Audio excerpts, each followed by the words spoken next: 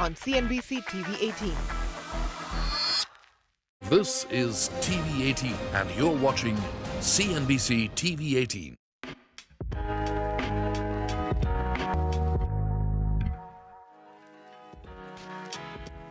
1,000 mobile phones sold every minute, 7 T-shirts, 3 sarees and 4 pairs of footwear sold every second. $5 billion worth of e-commerce sales and nearly 80 million shoppers across all platforms. All of that in just the first week of this festive season. According to a Bain report, 3 out of 5 online shoppers now belong to Tier 2 or smaller cities, and 1 of 3 e-commerce users is Gen Z. India's e-retail funnel is getting bigger and could have 500 million online shoppers in the next 5 years and become the world's second largest base, only behind China.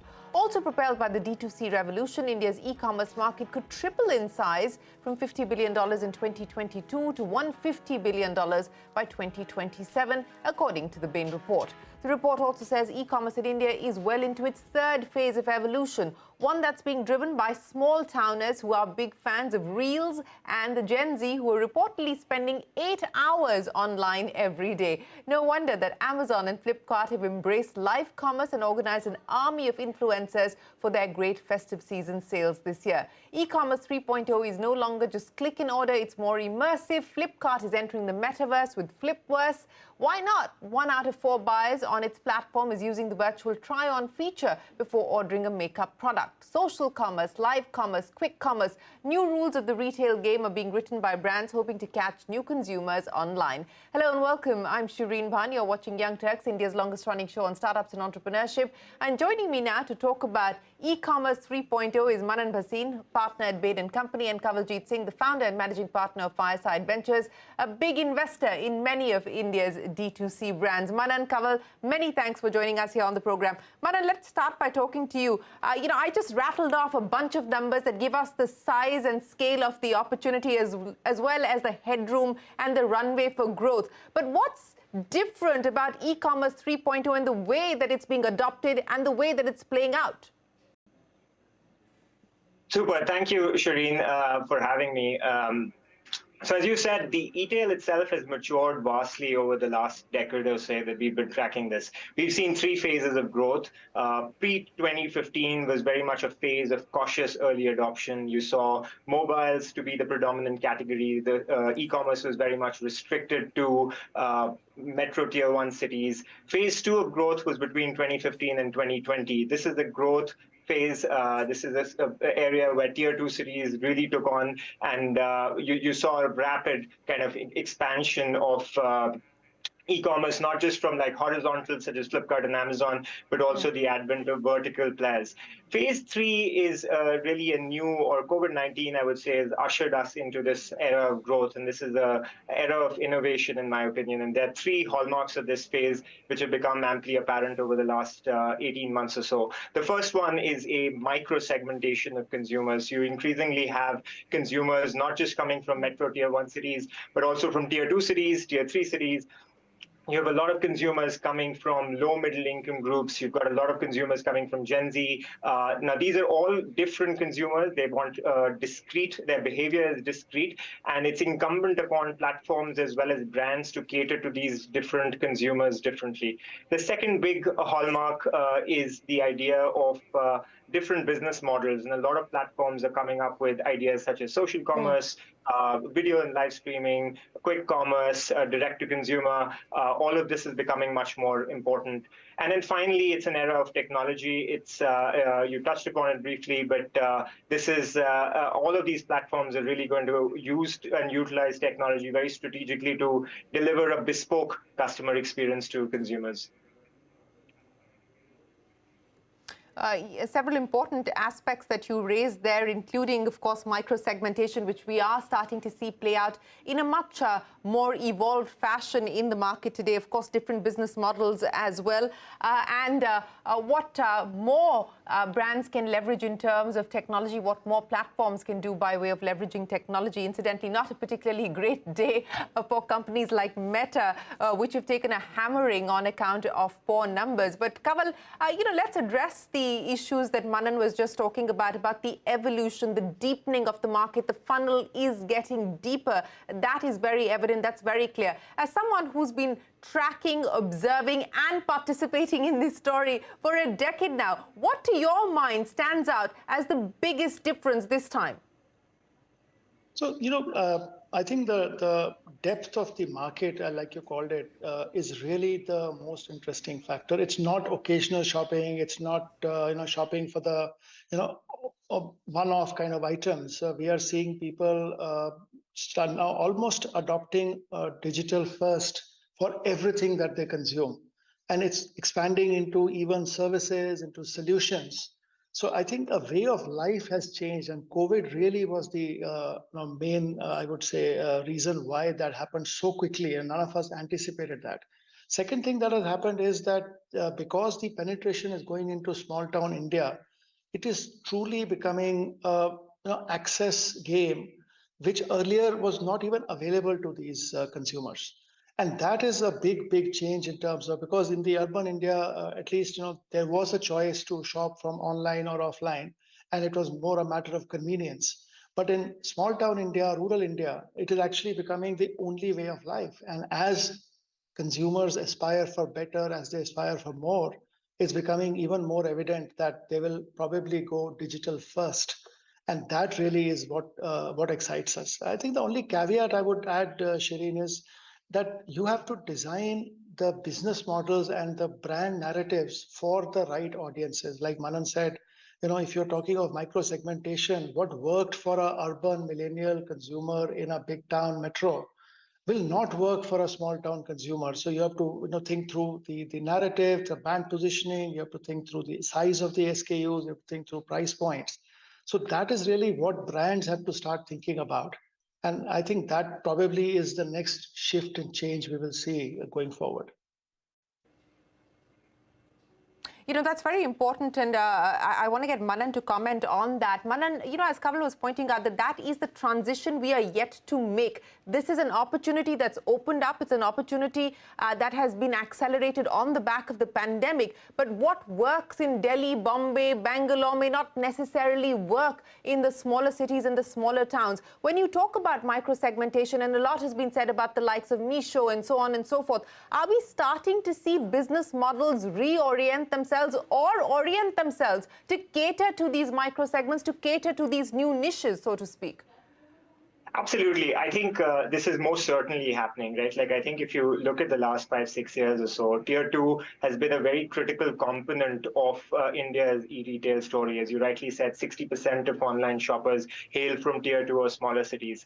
The way I've always thought of it is Tier 2 has always had affluence and aspiration. What it's been missing is access, and e-retail has bridged that gap quite effectively. And a lot of business models, specifically as you think about social commerce or if you think about video, live commerce, etc., are very much catered towards these segments. So if you think of quick commerce as an alternative for which is convenience-based, less than 30-minute delivery of grocery, it's very much catered towards that metro Tier 1 consumer. These are companies which are not even talking about Tier 2 cities at this point of time. In fact, they're very much saying that we're going to restrict ourselves to the top 8 to 10 cities. When you on the flip side, you talk about a social commerce platform such as Shopsy or Meesho, very much their growth has come from Tier 3 and smaller cities, and it's really been, they've taken on the mantle of bringing all these new shoppers on board into the fray of e-commerce.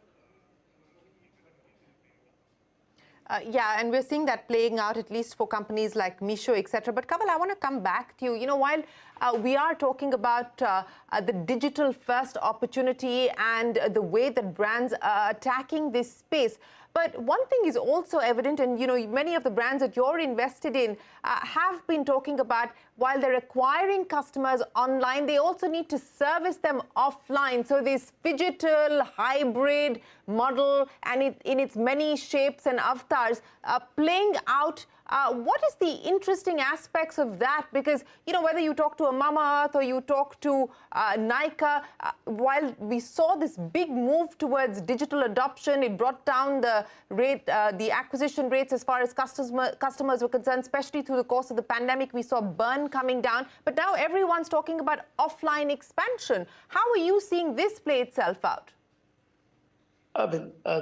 Very close to my heart, Shireen. Thanks for prompting the question. I would have bunked it in somehow in any case.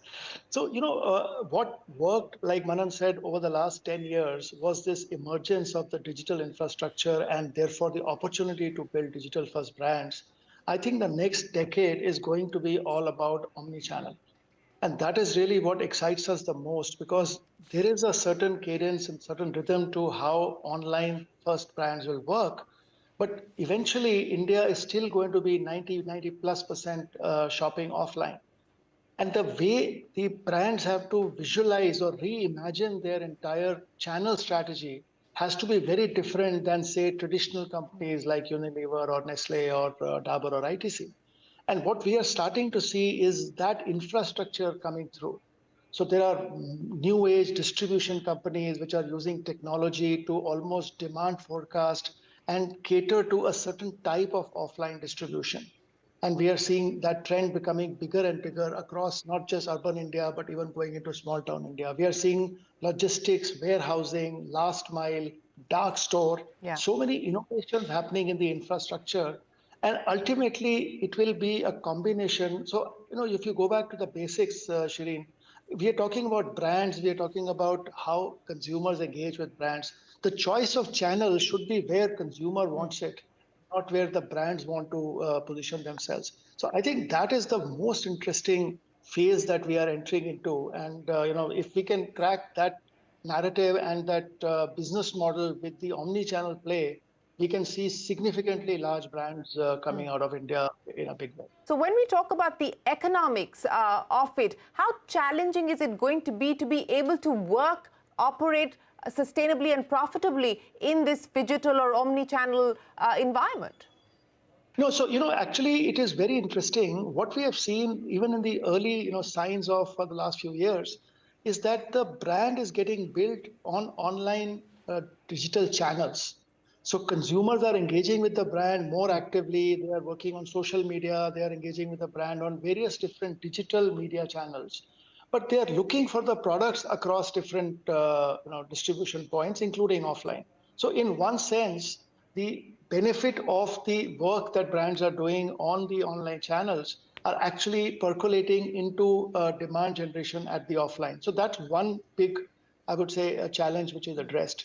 Second is that these companies which have come in, you know, we saw Urans and the Jumbo Tails come out, and now new age companies like Rippler, etc., are offering very efficient distribution models using deep technology, which therefore takes away the burden of distribution from individual brands having to set up their own distribution systems. And I think that is the other breakthrough, which is allowing for the cost to be managed. And third is that in an offline context, while yes, you have to deal with inventory and you have to deal with the cost of distribution, there is also a significantly lower cost of customer engagement, because in digital, you are actually spending a significant amount of money to acquire and retain customers. So there is almost a balancing act. And not surprisingly, some of our companies, like you mentioned, Mama Earth, etc., are actually seeing higher profitability on the offline channel than even on some of the digital channels.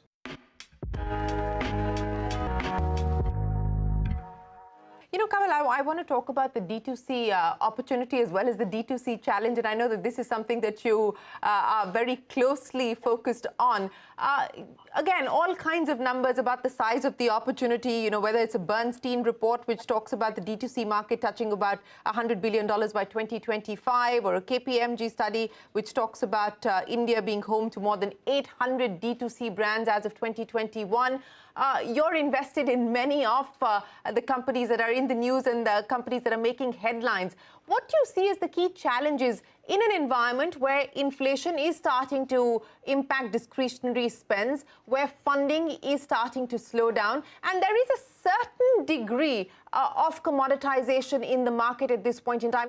So I think clearly the choice and the proliferation of brands and the barrier to entry becoming so much lesser, especially on the e-marketplaces, is leading to this proliferation.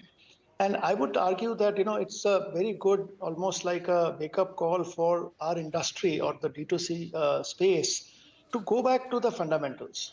We always talked about brand values. I mean, Levers taught us that, the first thing you have to really focus on is what really is that value proposition? What are you offering the consumer? Why should they keep buying you again and again? Talk about unit economics. We talk about, the basic business model has to be healthy, and you cannot just keep buying sales at the cost of profitability for, perpetuity. So I think brands which understand the significance of these factors today are very well positioned because, like Manan said, we have amazing infrastructure.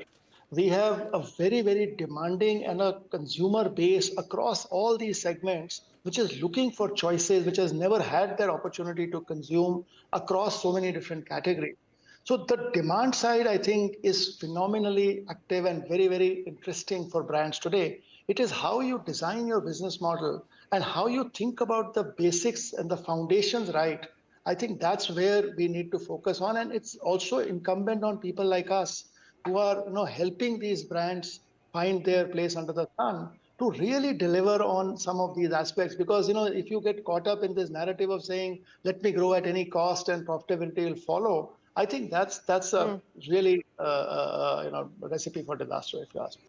Kaval, we did see a bunch of companies head to Dalal Street, and we've also seen what's happened to them post-listing. How confident do you feel about this story being bought into by investors in the public markets? I mean, we saw what happened with Nykaa, and that, in a sense, was a standout in comparison to what happened with the rest of the new listings. But how believable is this story going to be from a public market perspective?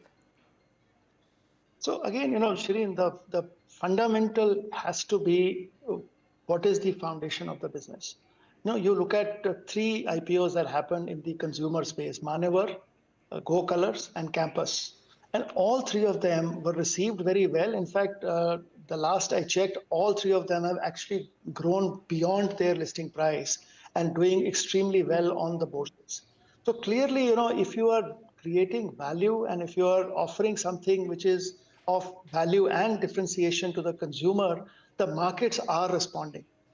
Now, we believe that if a D2C brand has that foundation, which is strong, and has the right elements to build the business over a long period of time with the profitable business model, then that is exactly what the market is looking for. Because the reality is that there are not enough brands in India. And that is a legacy we have because of the complexity of distribution, etc. So today, there are very few brands which you can call as sustainable and with a headroom of growth. If you can deliver that value proposition to the consumer, I think the market will follow. Kamal, before I get Manan back into the conversation, one of the other trends that we have, of course, seen play out in the last few years is the large FMCG companies picking up either completely or a significant stake in some of these D2C brands, whether it's ITC or HUL, etc. Do you see that trend picking up momentum, given the fact that this is also a challenging period at this point in time? Absolutely. 100%. So, what we, as an investor, what we normally try and see is there are two paths to exit for us and for the business. And obviously, the interest of the large strategics, whether it's multinationals or Indian companies, has been extremely high because the realization is that everybody needs to play in this new age digital first ecosystem. But building a business from 0 to 100, much tougher for a large multinational or a large corporate than taking a 100, 200 crore company to 1,000 crores, because then their efficiencies of distribution, supply chain, quality, production, etc. come in.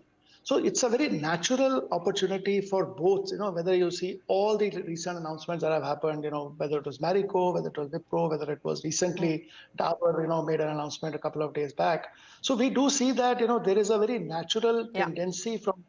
And as you know, some of them are investors in our fund for the very same reason that they want to be connected with the new age brand ecosystem.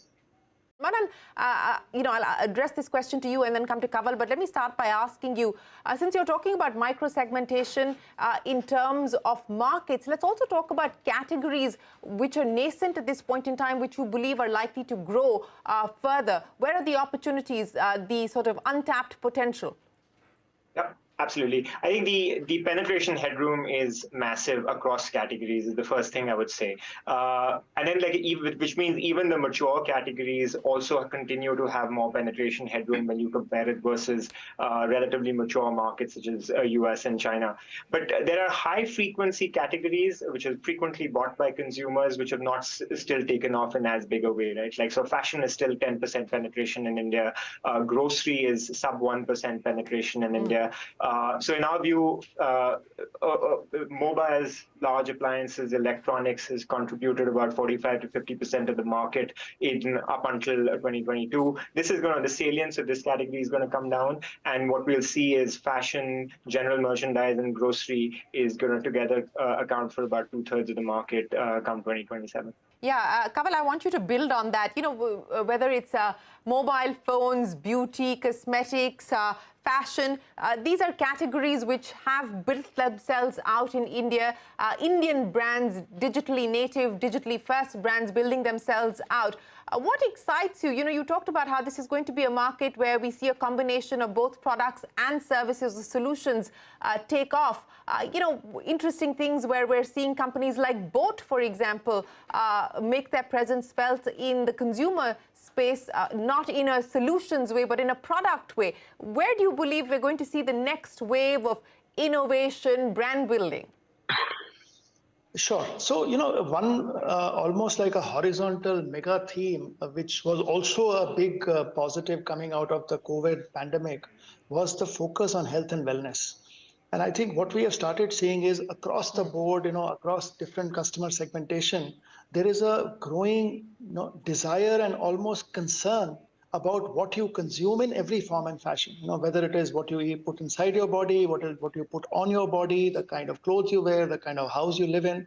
There is a growing. So I would say, as a horizontal area, what is good for you, better for you, has been something that we have seen. And again, digital allows for that, because the narrative is built almost on a one-to-one basis with the consumer. So wellness as a space expanding into healthcare is something we are seeing as one big area of focus and priority for us. Second area that we feel is very, very interesting is the whole home space. Because while we have seen some amount of activity, the beauty and personal care and food and beverages, the home is also another space which is getting really disrupted.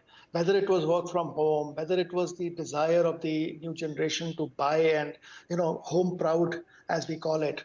And therefore, how they design their homes in terms of what they put inside, whether it's decor, the way they cook, the way they actually live on a day-to-day basis, is really getting disrupted. So that's one, again, mega theme that we are seeing some very interesting ones. We are also seeing a lot of interesting opportunity in the pet space, Shireen. And again, it started again as a COVID phenomena where we saw a lot more adoption of pets, but that phenomena seems to be here to stay. And as we know, globally, the pet markets are massive. So we do see that that's another area that will emerge as a big opportunity. Lastly, I just want to mention one thing again, which we have been building on through some early work in the fund, is Indian brands for global markets. And we think that time has come when we start seeing some really large brands getting built for international markets with a lot of Indian sensibilities. And obviously, we have seen themes like Ayurveda, seen things like Indian spices, Indian handicrafts, etc. So that's another, trend that we are observing very closely and actually investing in the space quite actively. Well, that's interesting. So wellness, healthcare, that of course continues to be an area where investors will put their money where their mouth is, people like Kanwal. The home space, the pet space, and of course taking Indian brands global, that is going to be something to watch out for. We haven't really seen that happen in a big way so far. We've made small steps, but perhaps we could be at an inflection point. I don't know. We're doing a show here on the sleep space and how that's going to be an exciting opportunity to look at on our show, Mad About Markets. Kanwal, is that something that you're willing to bet on?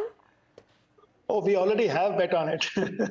So we have invested in a company called the Sleep Company. And I can tell you that is really a very exciting. And sleep tech, not just sleep, and how you can use technology to improve the quality of the sleep and the comfort that you have. And I think that's another breakthrough space which we are very excited about.